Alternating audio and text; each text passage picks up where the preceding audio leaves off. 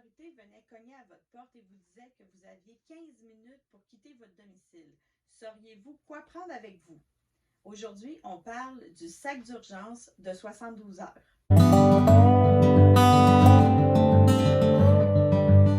tous et bienvenue dans une nouvelle vidéo de Women and Pearls. Mon nom c'est Rachel et on continue notre série qu'on a débutée la semaine passée. La vidéo aurait dû normalement sortir dimanche.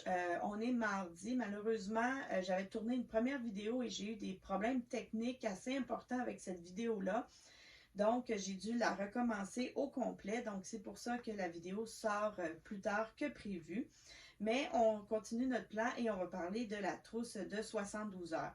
Mais avant de rentrer dans le vif du sujet, j'aimerais vous inviter à aller vous abonner si ce n'est pas déjà fait pour suivre la série. Donc, c'est une série qui va s'échelonner sur un an. Et je vous le rappelle, le premier dimanche de chaque mois, on parle du plan d'urgence et du cartable d'urgence. Le deuxième dimanche de chaque mois, on va parler de la trousse de 72 heures. Le troisième dimanche de chaque mois, c'est une vidéo sur les réserves alimentaires. Le quatrième dimanche de chaque mois, c'est pour les techniques d'autonomie. Donc, toutes des techniques qu'on a à apprendre pour développer notre autonomie. Et le cinquième dimanche, lorsqu'il y en a un, c'est un bonus. Ça va dépendre des mois. C'est une petite surprise, mais c'est toujours un sujet relié à l'autonomie. Donc, si vous ne voulez pas rater cette série, je vous invite tout de suite à aller vous abonner. Et aussi, vous pouvez me mettre un pouce bleu si vous aimez le contenu de la vidéo. Comme ça me permet de savoir ce que vous aimez ou ce que vous n'aimez pas. Et aussi, ça aide dans l'algorithme de YouTube à faire voir cette vidéo à plus de monde possible. Et aussi, si vous voulez, vous pouvez activer la petite cloche pour les notifications. De cette façon, vous êtes sûr de ne jamais rater aucune vidéo. Donc, sur ce, on va passer tout de suite au contenu de la vidéo sur la trousse d'urgence de 72 heures. Donc, dans le fond, qu'est-ce que c'est? Une trousse d'urgence de 72 heures. Le gouvernement, sur son site, le gouvernement canadien et aussi québécois, sur le site, sur leur site, vous pouvez trouver des suggestions de trousses de 72 heures et vous avez aussi pu voir dernièrement des publicités qui ont été mises sur les réseaux sociaux ou même à la télé concernant la préparation personnelle, la trousse de 72 heures. Donc, ça consiste, dans le fond, à se préparer, à mettre des effets personnels dans un sac ou dans une trousse ou dans des contenants. On va voir ça le mois prochain. Mais de rassembler en un seul endroit tous les éléments qu'on aurait besoin en vue d'une évacuation de notre domicile. Donc, l'évacuation peut se faire pour différentes raisons. Comme on a pu voir dans les dernières semaines, il y a eu des ouragans aux États-Unis et même au Canada. Donc, comme on savait d'avance qu'ils allaient frapper les régions, il y a des personnes qui se sont mis à l'abri et ont carrément quitté leur domicile. Et c'est justement avec le contenu d'une trousse de 72 heures que l'on va quitter notre domicile.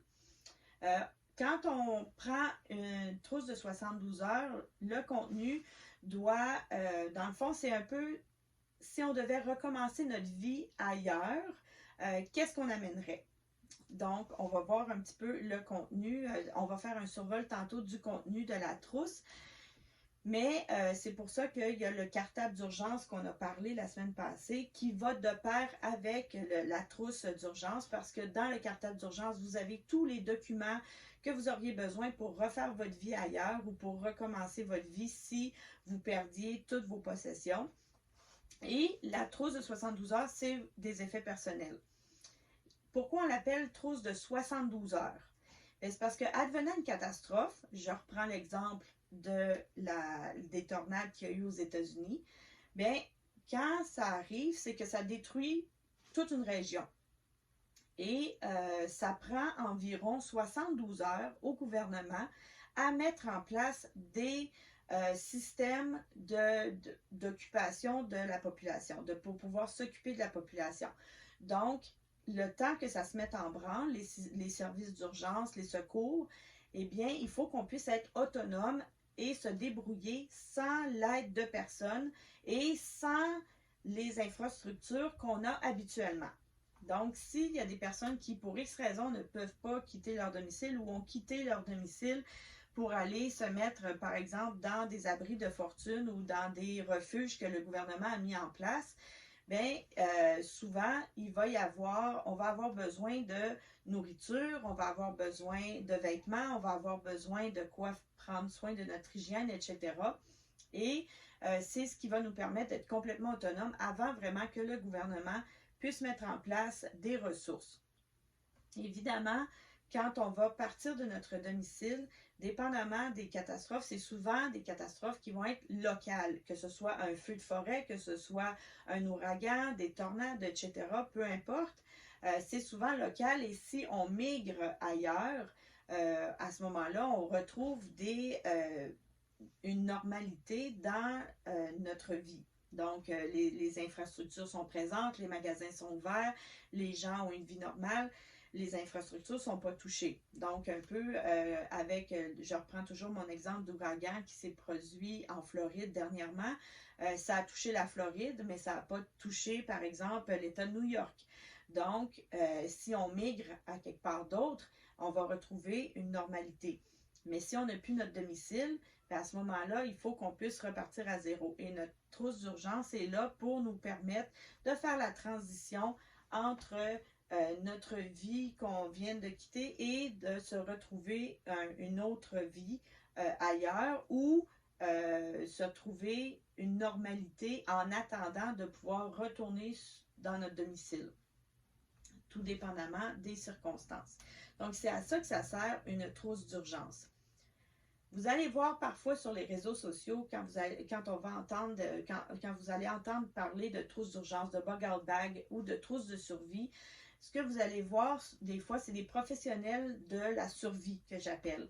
Et eux sont formés pour la survie en forêt, sont formés pour être dans des situations extrêmement précaires et ne dépendent d'absolument rien.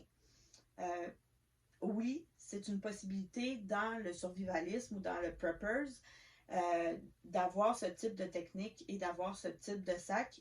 Mais pour la famille moyenne, pour la personne ordinaire, c'est pas forcément ce qu'on veut aller chercher.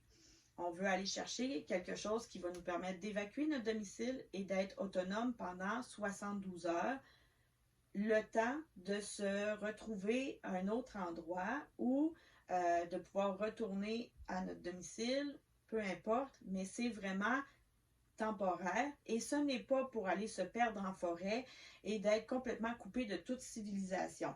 C'est vraiment deux choses complètement différentes. Oui, ça peut faire partie de notre formation générale, d'être capable d'avoir de la survie en forêt et d'être capable de dépendre d'un seul petit sac avec très peu de matériel et de se débrouiller ainsi. Mais la majorité du temps, les gens ne vont pas avoir à se ramasser en forêt dans des conditions comme ça. La majorité du temps, pourquoi on va utiliser une trousse de 72 heures, c'est vraiment parce qu'il est arrivé quelque chose localement et qu'on a besoin d'évacuer notre domicile et de se ramasser à quelque part d'autre en attendant de pouvoir retrouver une normalité.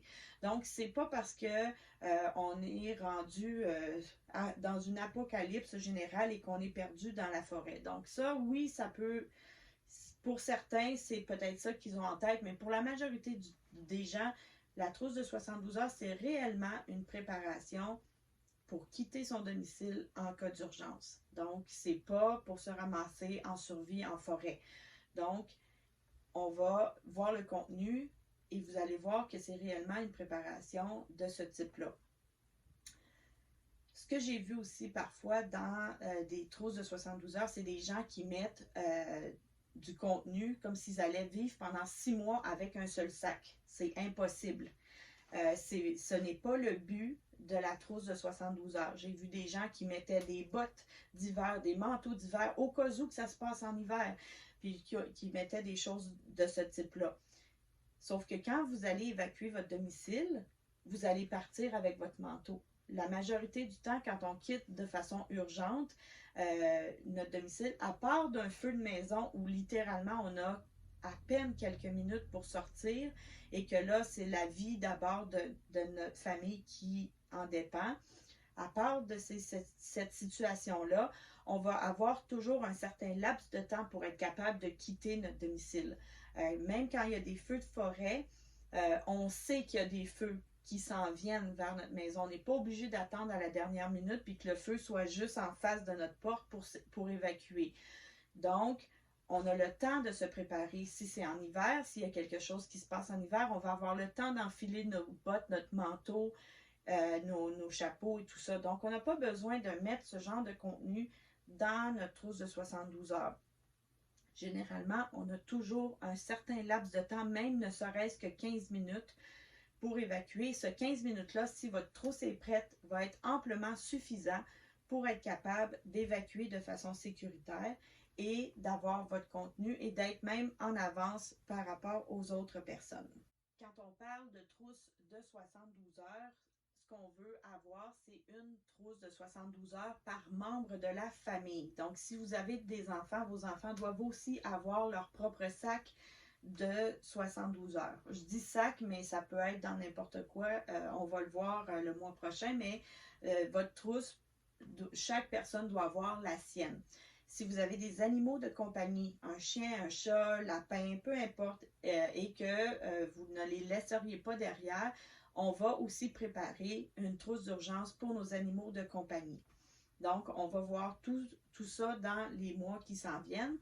Mais sachez que c'est aussi important de faire parce que chaque membre de votre famille, qui soit à 4 pattes ou à 2 pattes, doit avoir sa propre trousse.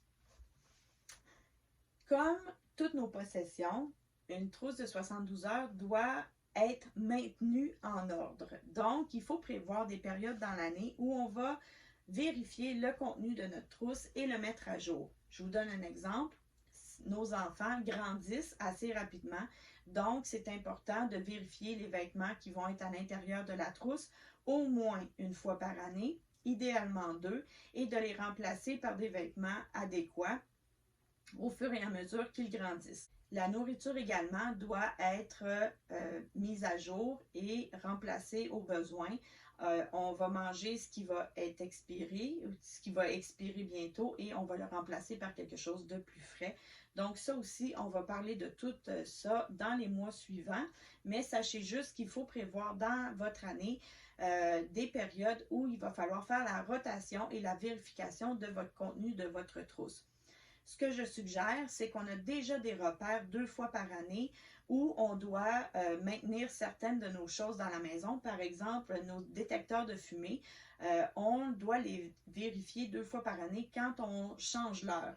Donc, moi, je vous suggère d'utiliser le même repère et de vérifier votre trousse d'urgence au changement d'heure. Donc, 2 fois par année, vous pouvez vérifier le contenu et le mettre à jour au besoin. De cette façon-là, s'il arrive quelque chose, vous êtes garanti que votre trousse sera toujours adéquate. Sans plus attendre, on va passer au contenu du sac d'urgence. Voici un survol du contenu de ma trousse d'urgence. Donc, je vais vous présenter un peu ce que c'est. Par contre, on ne va pas détailler chacune de ces sous-groupes puisque c'est le contenu des vidéos dans les prochains mois. Juste vous mentionner un peu ce que ça doit contenir. Donc, on va commencer ici. Une trousse d'hygiène, une trousse de premiers soins. Ensuite, on va prendre soin aussi de notre santé émotionnelle et spirituelle parce qu'on va être dans des conditions pas optimales. Donc, si vous êtes croyant, vous pouvez mettre vos livres canoniques, du papier, des crayons, de quoi se désennuyer également. Ensuite, de quoi faire un abri de secours, de quoi cuisiner. J'ai ici ce que j'appelle le soutien technique. Donc, c'est toutes sortes de matériel et d'outils qui peuvent nous aider à nous dépanner à soit construire un abri ou partir un feu si on a besoin ou autre chose. Donc, on va détailler ça dans les semaines à venir. Des vêtements pour 3 jours. De la nourriture et de l'eau. Et aussi, on va aller chercher de quoi s'éclairer, des moyens de communication, des moyens de se localiser et des moyens pour soit se chasser ou se défendre. Et on n'oublie pas notre cartable d'urgence qui fait partie de notre trousse d'urgence qui contient nos papiers importants qu'on ne voudrait pas laisser derrière. Donc, c'est ce qui conclut la vidéo pour cette semaine. Donc, je voulais simplement vous expliquer à quoi servait une trousse de 72 heures et de faire un survol du contenu pour vous donner un petit peu une idée de sur quoi on allait parler dans les prochains mois. Vous allez avoir, c'est ça, dans les prochains mois, tout le détail du contenu de chacune des trousses qui doit être dans votre trousse de 72 heures. Il va y avoir du matériel qui peut être dispendieux. Sachez qu'il y a la possibilité de faire une trousse de 72 heures pour environ 100 $ avec du matériel du Dollarama. Donc, c'est un magasin peu cher ici au Québec. Donc, il y a possibilité de le faire. Si ça vous intéresse de voir, il y a une vidéo que j'ai déjà faite sur le sujet que je vais mettre en bas en barre de description. Pour cette semaine, il n'y a pas de PDF imprimable puisque c'était juste une présentation. Mais au fur et à mesure qu'on va avancer dans le temps, vous allez avoir la liste de chaque item qui doit se retrouver dans les mini-trousses que je vous ai présentées. On va construire notre sac de 72 heures dans les prochains mois et on va le faire en bouchée, donc ça va être plus facile à faire que de tout monter d'une fois. Donc, ça va nous permettre de mettre en place la trousse d'hygiène, les vêtements, l'alimentation, etc. De cette façon-là, ça va être plus facile, c'est moins cher à l'achat, surtout avec l'inflation. Donc, en le coupant en petites bouchées comme ça va permettre de le mettre en place sans casser notre petit cochon et aussi de se préparer. Donc, si vous avez aimé le contenu de cette vidéo, n'oubliez pas de me mettre un pouce bleu. Vous pouvez me laisser en commentaire, est-ce que vous avez déjà une trousse de 72 heures? Est-ce qu'il y a des choses que vous avez mis à l'intérieur que vous n'avez pas vu dans ce que j'ai mis? Dites-moi-le en commentaire et partagez la vidéo avec vos amis et votre famille pour que le plus de monde possible puisse être prêt en cas d'urgence. Sur ce, on se revoit la semaine prochaine. Au revoir!